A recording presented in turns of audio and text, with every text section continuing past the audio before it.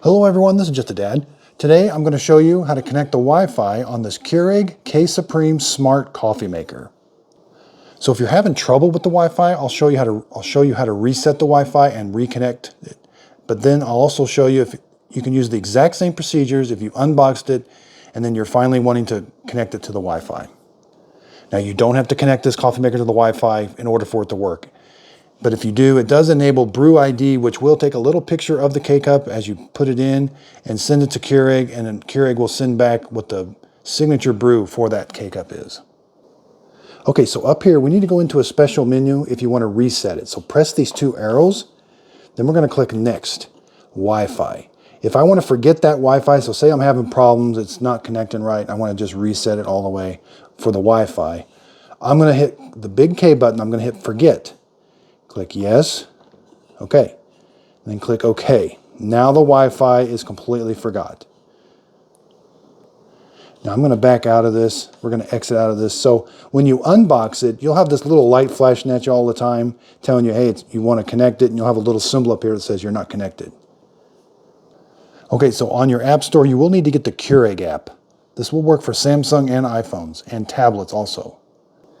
Now you will have to log in. If you've ever logged into the Keurig website online, it's the same username or email and password, but you will have to log in. Okay, so you end up on this like home screen. Click the account button right there on the bottom right. Okay, you're going to scroll down where it says Connect Smart Brewer. It's going to say, what do you want to connect? We want to connect the K-Supreme Smart, not the Plus. This is the K-Supreme Smart.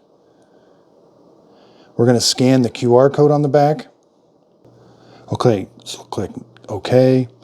Now you may have to give the app permissions. The first time I did this, it'll pop up and say, hey, the app wants to use your camera.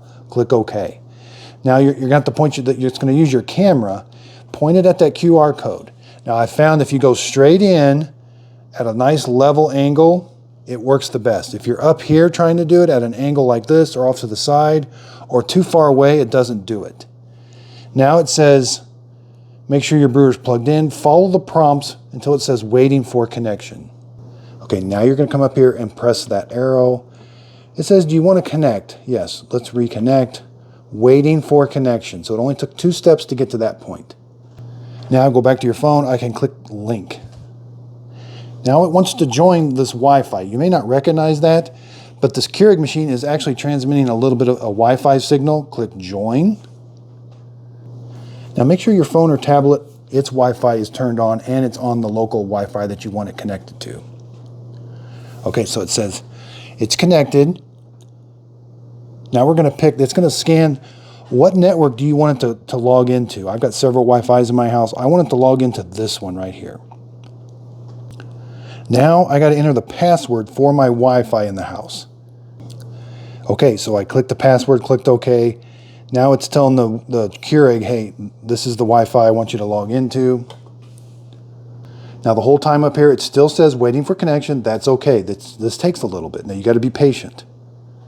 Again, this is taking a little bit. Just be patient. It's going to join the other network again.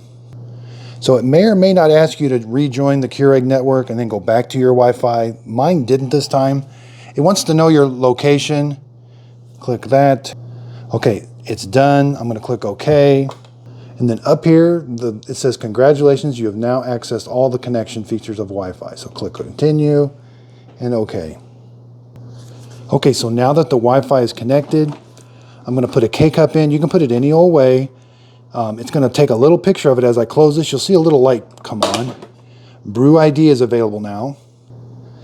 It's going to recognize that K-Cup and give me the signature brew. Now it lit the signature brew light. It set the strength and the temperature for me. I still have to pick the ounces, and I can still change things. So say I don't want the signature brew, I want mine really extra hot, and I want the strength robust. I can still change all that. But if I want to go back to what Keurig recommends, just press the signature brew button. It goes right back to what they recommend. Now let's go back to our app. Now we can connect to the brewer. Okay, so it shows me in the app what K-Cup I put in there. Now I've got some favorites. There's the signature brew. I can click on there. The signature brew for that is balanced and hot. Let's go back. Oh, click the brew button again. I can do different favorites. I can do a custom brew. Let's go back to the signature brew. Whoops. Now I can do a remote brew right from here. I can pick whatever I want, 10 ounces, 8 ounces. Click the brew, it says make sure you got a mug. And now your coffee maker says remote brew in progress. I can cancel the brew if I want to, but I'm going to let it go ahead and brew. So some areas where I see problems I've had with connecting to the Wi-Fi is making sure your Wi-Fi is on your phone, making sure your Wi-Fi is in your house is on, making sure you got the correct password, scanning that little QR code on the back, making sure you scan it just right. Sometimes it doesn't scan. I've had that happen to me. And then I just have to close the app. I have to unplug the machine, plug it back in, and kind of start all over from scratch. Again, you do not have to have this coffee maker connected to Wi-Fi. It works perfectly good with it. You're just responsible for setting all the strengths and brews and temperatures. Now, it doesn't recognize every K-Cup. If you put a K-Cup, even though it's connected to the internet, and you put a K-Cup in there, sometimes it doesn't recognize it, and it'll just say Classic Brew. Yeah, sometimes it doesn't recognize every single K-Cup. You can still brew the coffee. It doesn't prevent you from brewing it. It doesn't recognize it. So one last thing, if you're having a lot of problems, we can do a factory reset. Let's go ahead and press these buttons again. We're in the settings menu, click next. There's that Wi-Fi that we did. Descale mode, descale alert, high altitude, brewer info support. The last one, factory reset. I press the K button, I click yes, it's going to confirm it, and then it'll factory reset. So it forgets the Wi-Fi, it forgets the language, everything. It's just like you unboxed it. So you'll pick the language you want, and then it will walk you through setting up the Wi-Fi just like we did here. So I hope this video helps. Check out, I've got other videos. I show you how to descale this. I show you how to use a reusable coffee filter in it. So I hope this video helps. Thanks everybody for watching.